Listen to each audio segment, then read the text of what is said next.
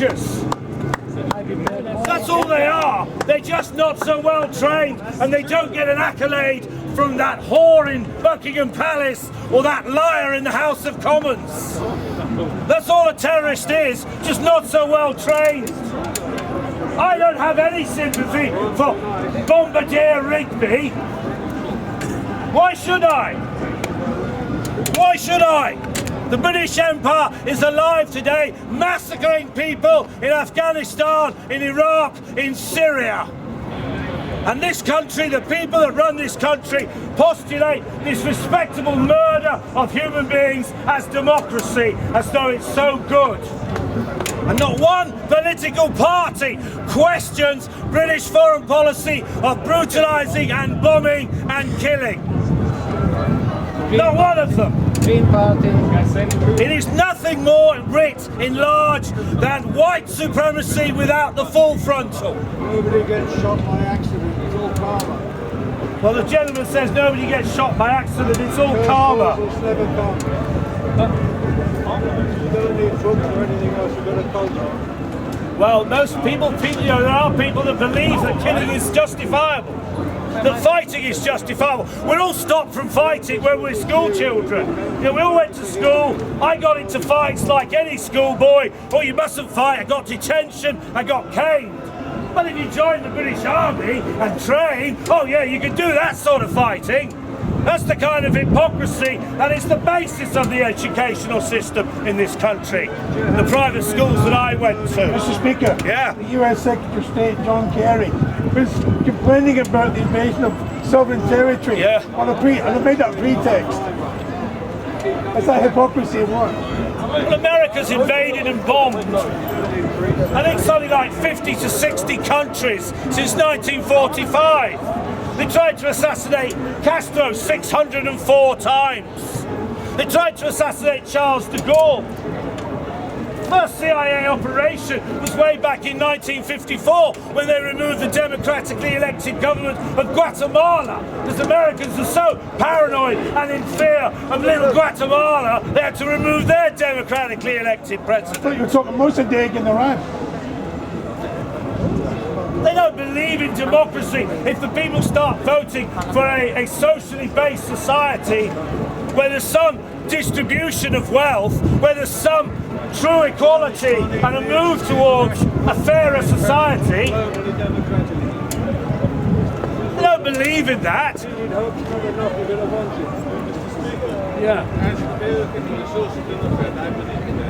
Well, good for you, but there's no party in your country that represents that view either. And you know that as well. In America, you've got to be a multi-billionaire just to start a political party. The power in this life is money. Money is God. It's not these putrid, pathetic religions of Judaism, Christianity and Islam, but about as effective as a fart in the wind, with all their books about how good people can be and how they should be. That's all they are, and most of them are bulked up by hypocrites who are well-heeled and well-fed in their mosques and in their synagogues and in their churches. You never see a poor rabbi or a poor imam or a poor priest. Even in the poorest parts of the world, they're going out there administering this make-believe rubbish. But it'll be better tomorrow. It'll be better in the future. It'll only be better if we change the way we think, the way we behave. It'll only change if millions of us didn't go to work tomorrow. If millions of us actually came here in public spaces and talked about making society in this island better for everyone. And not this nonsense of converting people to some monotheistic cult from the Middle East that was created when human beings were very simple. They didn't know about bacteria, they didn't know about gravity, they didn't know about space, they didn't know about the solar system, they certainly didn't even know about basic photosynthesis. They didn't know about the sperm and the egg. And we've taken thousands of years just to be told those things, which are obviously, as we know, self-evident. Israel continues to kill at a rate of 5 to 1. Since 1947, I'm indebted to the great and late Edward Said. For every one Israeli killed by Hamas or the PLO or Hezbollah, 5 Palestinians are killed by the Israeli Defense Force, which is a contradiction in terms when you believe a certain part of the world is divinely yours. That is what I call theocratic fascism, the promised land. 5 to 1, Mr. Speaker. Only 5 to 1. So who do you think is the aggressor? Who is the terrorist? There will never be peace in the Middle East because there are so many Muslims and Jews that believe in this rubbish, that their religion is right and that other religion is wrong. It's as simple as that. You can study as much of these so-called holy books as you like. I'm one person who hates being told what to do and what I should believe or not, and what I should and shouldn't do. Why is it human beings can't live just socially amongst ourselves? And religion is the major factor for this. There's no doubt in my mind. No doubt in my mind. And of course, if you're not a practicing Muslim or a practicing Jew or a practicing Christian, you will get isolated. And these people who have followed and created these religions have served one thing over 1,000 years, and that is money and power. That is what they serve in terms of their reverence. That's why their buildings look so opulent and majestic and beautiful, because of the amount of money that goes into it. Mr. Speaker, this year, 2014, we're commemorating the First World War. Grandfathers in the Great War. Yeah. The war to end all wars. That was how they sold that one. How was that? Religion. One of the reasons. Wasn't that Darwinism gone mad? How absurd that millions of men from Germany, France, Belgium, Italy, the United Kingdom, Russia, the Balkans, how absurd that men would get into trenches 6 foot deep, miles and miles of trenches, and gun one another down incessantly to go forward 100 yards. 5'10". Unbelievable. And that was the advanced civilization of the day. This decrepit, macho, militarist, so-called civilization today, where a man is honoured for killing another man, and yet these same people, the hypocrites that they are, will go to a Christian church and say, "Thou shalt not kill." That's how absurd human beings are. Whether they're Pakistani or Indian or British or English or Scottish or French or German or Belgian. All these labels are ridiculous. 100 years ago, there would have been 2 sides fighting one another. Now, the very same pilots that fly bombing missions to Afghanistan and Iraq could be French, they could be German, they could be Greek, they could be Danish, they could be English, they could be Scots, on behalf of the European Union or on behalf of the United Nations. The United Nations is a defunct club. A defunct club. The real economic powers in the next 20 or 30 years will be China, India, Brazil. Those will be the 3 main economic producers of most things in the world. Even in the poorest parts of the world, the populations are increasing, and there's plenty of space for people to be born on this world. There's plenty of space. There's no such thing as overpopulation. What there is a vast amount of wealth owned by a small number of people, whose level of wealth is beyond grotesque. And yet people are so impressed with wealth. You see young men turning their heads as someone goes by in a Maserati sports car. I see that as pathetic. Not because I've never learned, not because I don't drive, I just think how pathetic it is.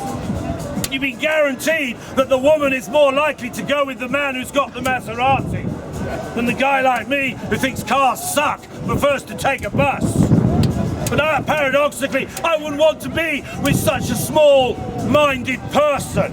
I'd get bored off my rocks socialising and being with such a person. But the war is business, war is profitable. 10% of this country's income comes from war. So it's in the interest of the careers of the Liberal Democrats, the Conservative and Labour militarists that our people go out. There is no such thing as our people. There is you, there is me, there is us. There is no our people. Look how the people from Yorkshire and Lancashire waged war against one another in the Middle Ages because two royal households claimed the throne of this country. It's ridiculous. So people from Yorkshire are going to start invading Lancashire as you did in the 15th century. Well, you're encouraged to be tribal by the whole education process, by the comments in the political debates. I'm not British, I'm a human being. I want nothing to do with this country's values. 20, 30, 40 million Africans shipped across the Atlantic by the Christian white Europeans. 7, 8 million Africans shipped out of Africa by the brown Muslims after Muhammad's day. Africans were taken as slaves by the early followers of Islam and shipped to Persia, India and Saudi Arabia and some parts of Europe. You're a fucking liar. It's not a lie because he seems to think that Islam is free from this barbarism. The religion in Africa of Islam exists on the blood of Africans, enslaved and stolen, because the Muslims hated animal worship. They hated sun worship and moon worship because of the power. Because if you get someone to do something on your behalf, you have power. You can get them to kill, you can get them to follow you, you can get them to believe in you. And people worship these people. The American election system, election carnival, when you have all those dumbbells waving balloons and banners and shouting Bush or whichever the Democratic contender is, it's like a sort of festival of worship. These politicians are no different to you and me. John Kerry, Mr. Speaker. They're just ordinary Bush people. and Kerry, both skull and bones, you know that. Yeah. We know that. I mean, those of you who don't know that, in America, if you want to get on, you're in the skull and bones. You're in Yale, you're in Harvard, and if you cross the T's and dot the I's and you say the right kind of things as an 18-year-old, you can be guaranteed a place in the American hierarchy. You want to get on in business? John Smith from Delaware, the right handshake. We can ensure that your corporation goes skyward, that your products can sell. The American people will just love that squeezy soap on their bathtubs every Monday morning. We can ensure that you will make America a cleaner place for the American people in this so-called bullshit market economy where 6 or 7 corporations dominate the whole American economy. Just keep telling them it's a free market because the suckers in the USA will believe anything, man. And they do.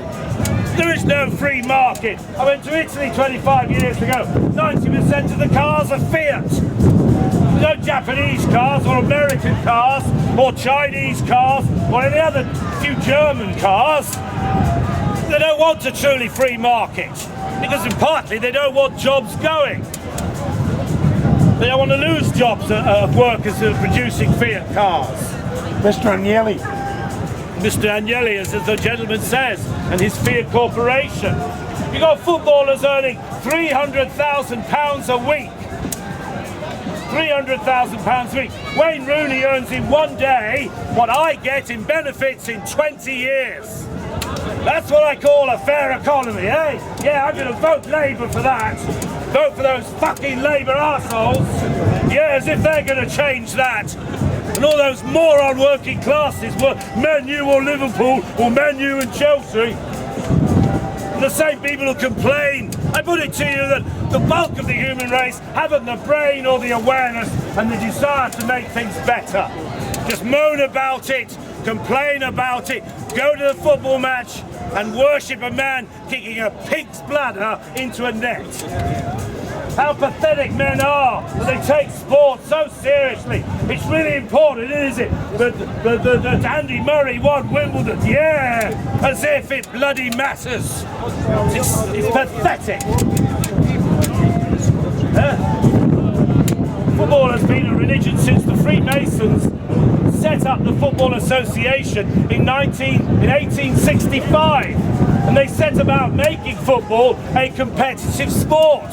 They saw way back in the middle of the 19th century, how can we get the working classes to be occupied in something in which they are not going to make any substantial difference to their daily lives from the moment they're born to the moment they die. So they set up the Football Association, and 12 founding clubs, Notts County, Sheffield United, Everton, West Bromwich Albion, Manchester United, Aston Villa and a few others formed the original 12 clubs of the FA. And that's down to the Freemasons. And they created this obsession with competition.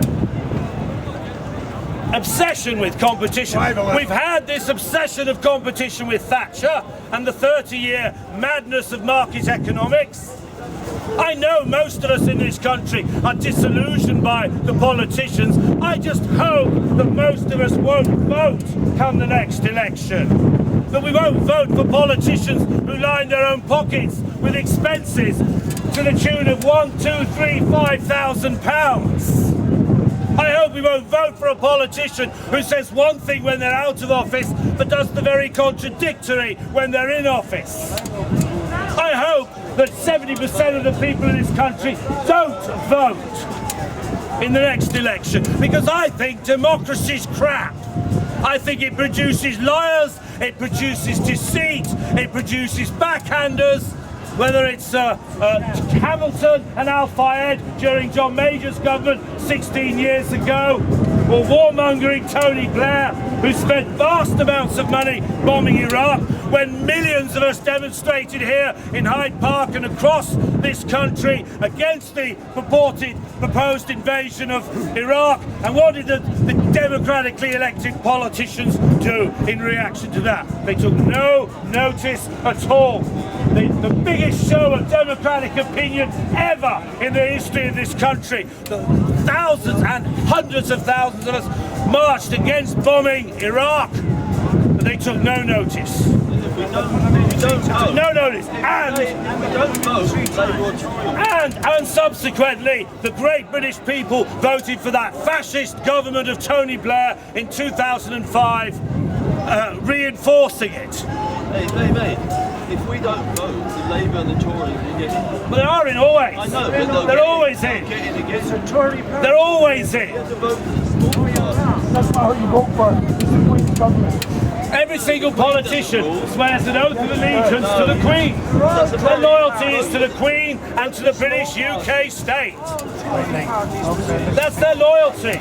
They don't care about you and me. All they will do is appear on an election broadcast and wheel out the middle class spiel of why you should vote Conservative, Labour or Liberal Democrats. You vote independent, they're not so. Why vote anyway? Because we don't vote. Where example is that a paradise has been created, or a perfect world, through democracy? Where? You can't get in if you don't vote. You know, democracy means you participate. Excuse me. Of course it is. Democracy would stop if we had any. That's what Churchill said. No slogan that is. I think the perfect system would be a system in which people involve themselves here at Speaker's Corner as a public place on a regular basis, instead of watching EastEnders or England versus Wales at rugby, another moron sport where hundreds of thousands of people get worked up about taking a ball across a line. You know, I liked rugby, I was good at it as a public school boy, but I could see through it even then what a nonsense it is. But if you want to be an estate agent or a banker or a doctor, well, go to the rugby club and socialise with like-minded kin. And then you can have your gardening done, and you can have your contract renewed, and you'll be a respectable English middle-class pox. It's hard to know who are more dumb and more gullible. Mr. Speaker, how do the English trick where the Brits think that the Queen doesn't run things? The Queen has shares in umpteen companies, You've even opened a bottle of marmalade by appointment of Her Majesty. She's allowed you to open that jar of marmalade at breakfast. You're allowed to. She's a multi-trillionaire. The land alone, the Church of England owns half the land of this country. She is head of the Church of England, and we know the price of land and the bizarre market system that says a plot of land on Hyde Park is worth £1 million, but the same acreage in Scotland or Burnley is worth 10p. Because money goes towards money. The Roman Empire collapsed eventually because the debts the Roman Empire had were so great that it couldn't finance itself inside. It couldn't pay itself between towns and cities. And prices were getting more and more skewed. And that is what is happening to Western society. America has its highest national debt in its history. And it's all the banks and the people who borrow money and engage in the money lending process that perpetuate this system. Every banker in Iceland, they put some of their bankers in prison. Our bankers could get away with anything, and they will not be put in prison. They can just make up any figure. They are untouchable. And every single democratic politician doesn't really change the situation. They're not really being asked about where they invest their money or how they invest it, what they invest it in. Even the Cooperative Bank was shown years ago to be investing money in weapons manufacturing, the so-called cleaner than clean co-op bank. So this world of money worship, this world of mammon, has you by the balls. It has me by the balls. It certainly has these religious nutters by the balls. 3 golden balls. And people will, of course, socialise accordingly. So you go into a pub or a bar, you're wearing some type of clothes, or you speak with a certain accent, you'll be cut off and ostracised. It's easy to divide human beings from one another on the most peripheral, supercilious mannerisms. I believe that most people are good. I don't believe in sin. I think it's a load of rubbish. I'd be going against myself if I converted to that business called Christianity. I think it's a business. I believe that most people are kind, decent, okay. That's my experience. Okay. And actually, at heart, we want to get away.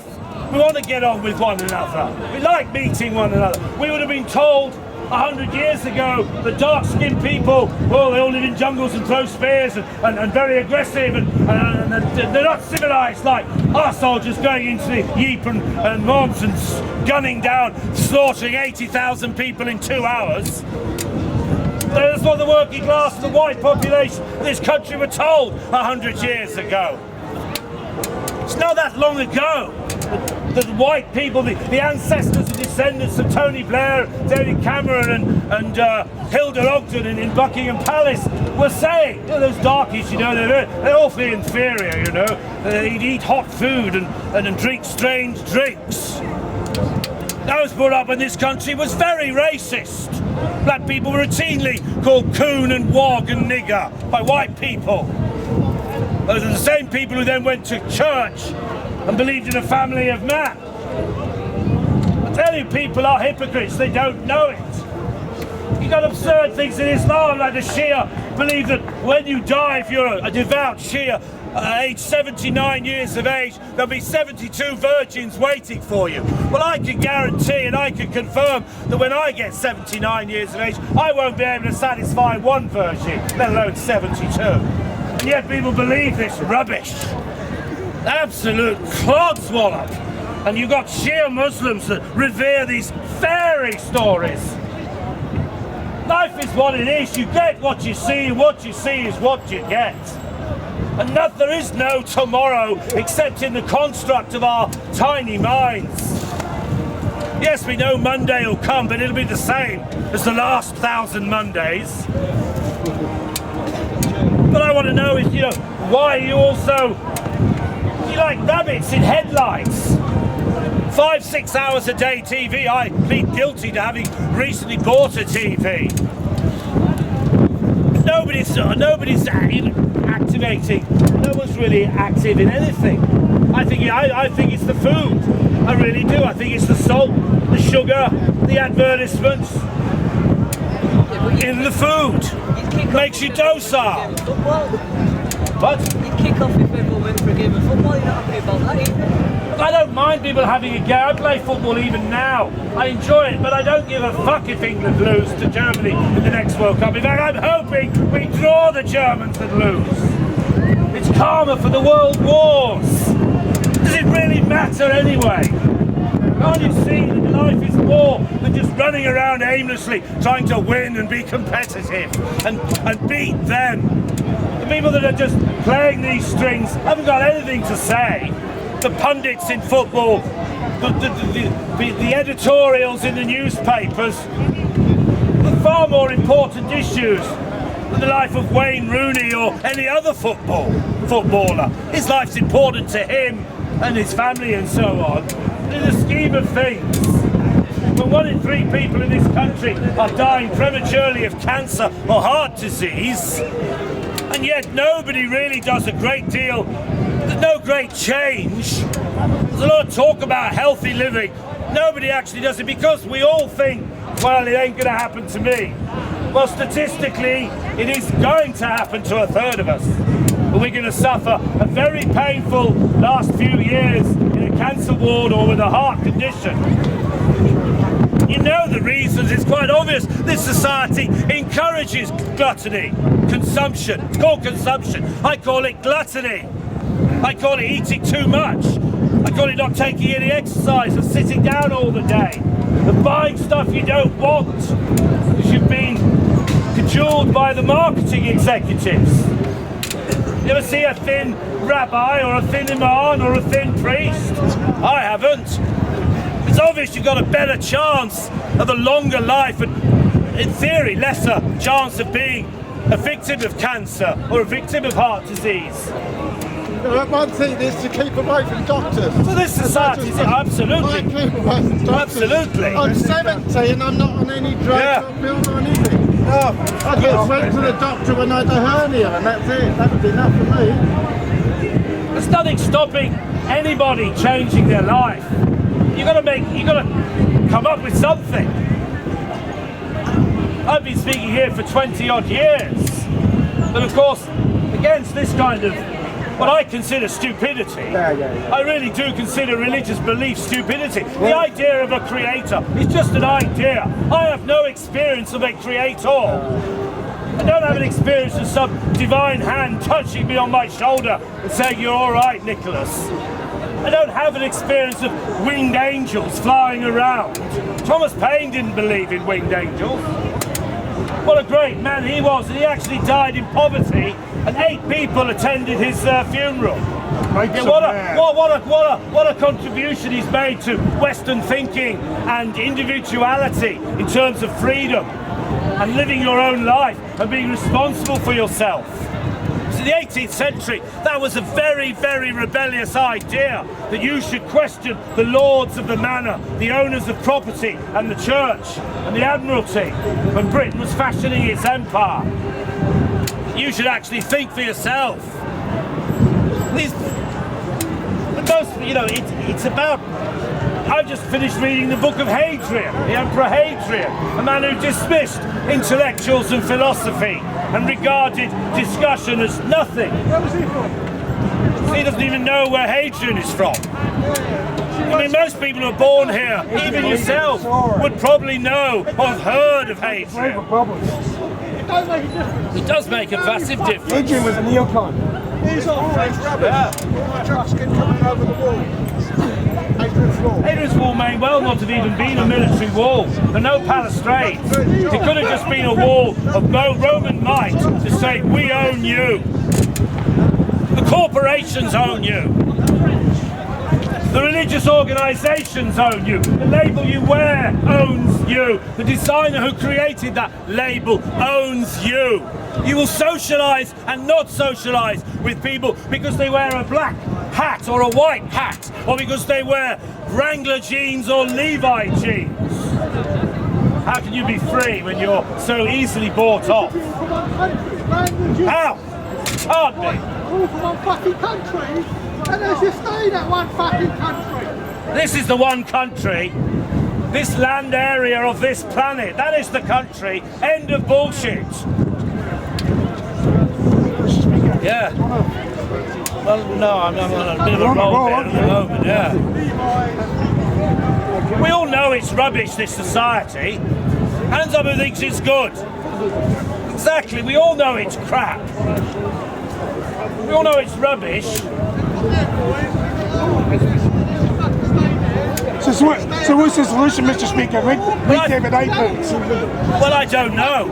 In terms of, I read lots of books, but I know a lot of things about history. What attracted you to Hadrian? Obviously a famous Roman emperor. Yeah, I thought you'd been a critic of fascism. Yeah. But in those days the Romans Romans believed they had the right to invade and murder and kill and take anybody. That was their mentality. The British Empire is the Roman Empire in all but name.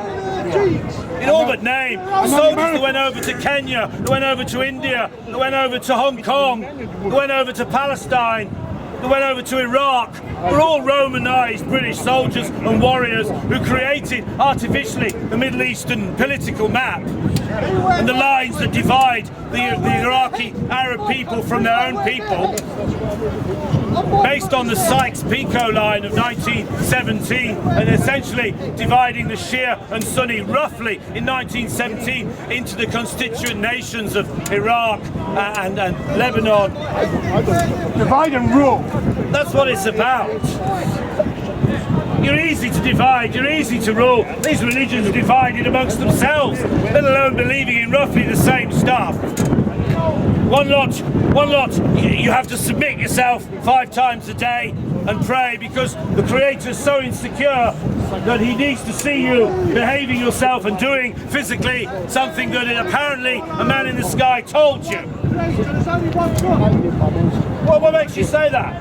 What evidence is there of one God? There's no evidence of God or one God or lots of gods. It's the imagination of people. There's only one God, the ego of man.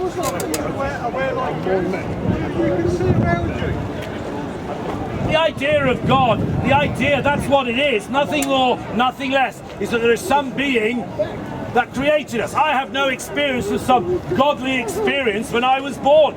I can't remember when I was born. Yourself, you used to talk about Well, I'm postulating that it is a theory. You read Richard Dawkins, didn't you? No, only one of his books. Huh? No. Right? And the only religion that does follow one is Islam. Christianity should follow one. Judaism should follow one. Everyone has their own way of getting to that one. Because we're diverse, we have different ways. But all these other religions and societies, man, they don't follow the right way to get into this one. And that's what I'm saying. Right? I'm not saying anything against any religion. Why don't they follow the I don't follow it. Well, that's what I'm asking you. What is there to follow? There's only one. It's absurd to say that all people should be the same, that all people should do one thing or two things, that all people should be like sheep. In fact, sheep are better organised. Sheep societies are better because there isn't discontent. There isn't a questioning of what goes on. They just accept it. I think the world would be infinitely better off if there was no religions. There was no organisation of prayer, no organisation of... it would be identical. The irony is he's true, he's right. Well, we should rely on mental health. Because of course it takes some time for the people who do believe to lose that belief. We call that pure medication. It take a long time. There's no evidence that Jews, Muslims or Christians live any better. They're just as likely to get a heart attack or die of cancer or get run over by a bus or get shot down in a plane. Just as likely. There's no history of any people living better because of a whole set of meaningless rituals and prayers and clothing. That's called. Nothing happens in these synagogues and churches and mosques. Nothing. You go to McDonald's and worship Ronald McDonald as the saviour. Be just as amusing and just as meaningless. Human beings need their illusions. They need to feel that, oh, death. When I die, I'm going to somewhere better. Not when I die, that's the end. Because it could be. You got your way, I have my It could way. just be the end and that you die and that's it. It could be. I'm not saying it is, I have my way. but it could be. And if that's how it is, that's how it is. There's different ways to get there. It's all about They're not trying using to the feel right better method. when you get older, so that you can be looked after. You go into some sort of white Hollywood film script where there's an old man and a film scene, and there you are with a glass of wine or something. That's what bro's going to save the world. We all eat potatoes, but we've got different ways of cooking them. I think religions were invented when man discovered and started to observe the universe around him.